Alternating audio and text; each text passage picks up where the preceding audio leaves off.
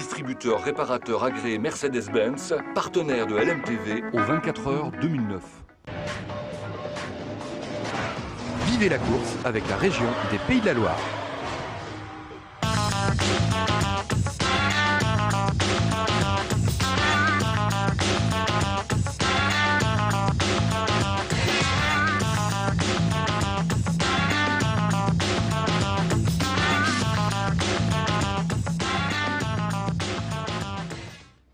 Ravi de vous retrouver 11h31 sur LMTV. Autant dire qu'il ne reste plus que 3h29 au pilote pour rallier l'arrivée de cette 77e édition. Dans un instant, nous aurons une interview, celle d'Hugues de Chenac. Mais tout d'abord, le classement de cette édition 2009. Vous le voyez, ça n'a guère bougé. Toujours les deux Peugeot en tête. La numéro 9, pilotée actuellement par Alexander Wurz, est en tête. Elle possède à peu près un tour d'avance sur sa sœur jumelle, la 908 numéro 8, avec Stéphane Sarrazin actuellement au volant. L'Audi numéro 1 de Tom Christensen, d'Alan McNish, est actuellement à 3 tours, un tout petit peu moins d'ailleurs de 3 tours. Et puis la Aston Martin 007, elle pointe en 8e tour. Alors il s'est passé quand même beaucoup de choses depuis notre dernière intervention tout à l'heure à 9h30.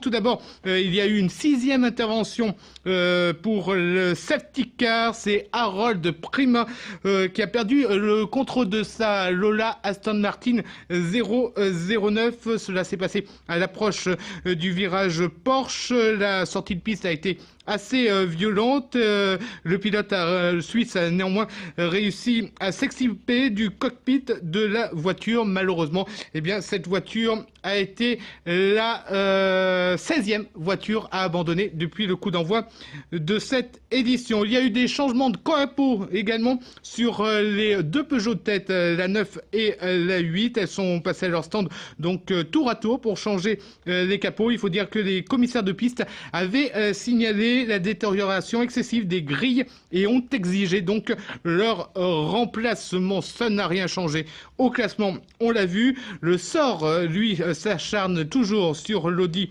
numéro 3, l'Audi R15, qui est toujours immobilisé au stand. La voiture reste toujours instable selon Romain Dumas. Les mécaniciens ont procédé à un changement du capot moteur et de la crémaillère, et ce en 5 minutes. Et puis Christophe Bouchu est rentré au stand sur 3 roues après avoir perdu la roue arrière droite de sa Ferrari, donc du JMB Racing, la numéro 99. Voilà donc pour les faits de course. Et un fait important est en train de se produire depuis quelques minutes sur le circuit Bugatti. Il commence à tomber des gouttes. La pluie devrait vraiment faire son apparition sur l'ensemble du circuit aux environs de midi. Et donc on va avoir non seulement tous les pilotes rentrés au stand sans doute pour changer de pneumatique, mais on le sait, chaque année la pluie réserve toujours son lot de surprises. Alors on verra si Audi est capable de revenir sur une, voire les deux Porsche. On va passer aux autres catégories. Tout avant cela, je voulais vous proposer donc, comme promis, d'entendre l'interview réalisée par Marine Wolf et Benoît Doisy sur place, l'interview du team manager d'Oreca Matmut, Hugues de Chenac. On l'écoute, il est plutôt résigné, lui. Non, là, je pense que Peugeot maîtrise bien son sujet. Je pense que c'est difficile de grappiller une place où il faudrait vraiment que ce soit dû à une erreur de nos concurrents, mais je pense qu'ils n'en feront pas plus que nous, on n'a pas envie d'en faire. Et pour vous, c'est pas un handicap la pluie, ça confiant? Non, c'est pas un handicap, ça fait partie des conditions qu'on rencontre et donc il n'y a pas de problème. Voilà, et on m'informe actuellement que l'Audi numéro 1, piloté par Alan McNish, est actuellement à son stand. On est en train de lui retirer le capot. Si on a plus de détails d'ici la fin de ce flash, nous vous tiendrons bien sûr informés. On va passer donc aux autres catégories, à commencer par les LMP2. Elles ne sont plus que 6 en course sur les 12 au départ. La catégorie est toujours emmenée par la Porsche Spyder du team XS, la numéro 31.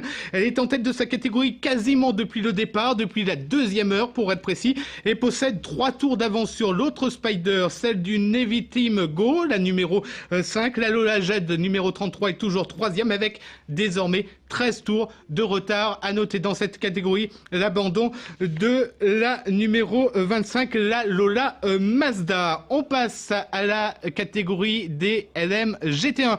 Et là, on s'achemine vers un triplé de chez Corvette. Les deux officiels, la 63 et la 64, caracolent toujours en tête avec 6 tours d'avance sur la Luc Alpha Aventure 73, pilotée notamment par Yann Cléré. Belle bataille en tout cas entre les deux Corvettes officielles puisque 17 secondes actuellement les séparent. Et puis dans la catégorie des LM GT2, l'an passé, on avait droit à un triplé Ferrari. Cette année, on s'achemine vers un copier-coller d'une plus grande ampleur puisqu'on assiste aux 5 premières voitures. Eh bien, ces 5 premières voitures sont toutes désormais des Ferrari. Le Risi Competizione, piloté notamment par Mika Salo devant sa Ferrari numéro 97 de 2 tours. La numéro 92 est désormais pointée à 3 tours et demi. Mais attention, cette dernière est talonnée de près par la 78 puisque seulement 15 secondes les séparent. À noter les problèmes de boîte de vitesse connus par la Porsche numéro 76, longtemps dans le tiercé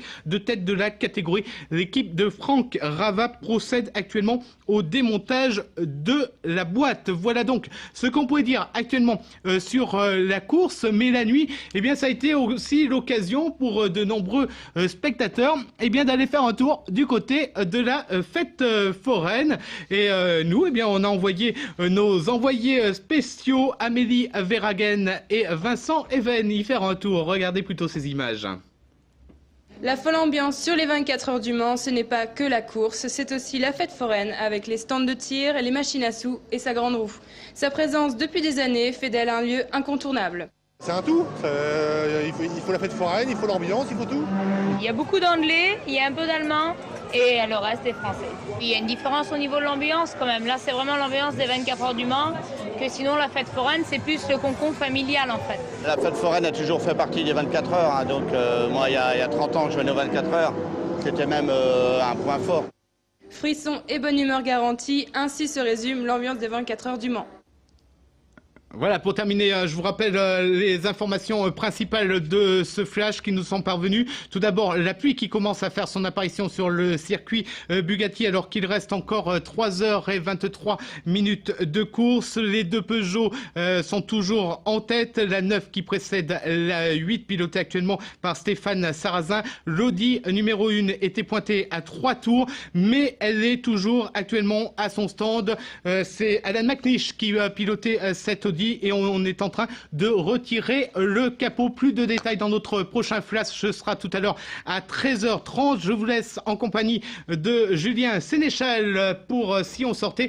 Et vous allez savoir le rôle du speaker officiel des 24 heures du Mans, puisque Julien est allé à la rencontre d'un des 3 speakers, à savoir Vincent Cerutti. À tout à l'heure, 13h30.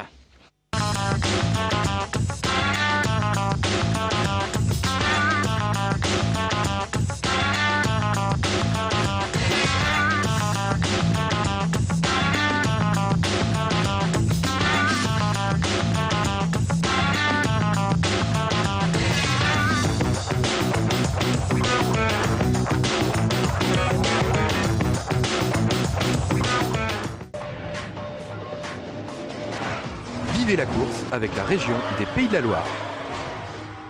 Étoile du Maine, distributeur réparateur agréé Mercedes-Benz, partenaire de LMTV Aux 24 heures 2009.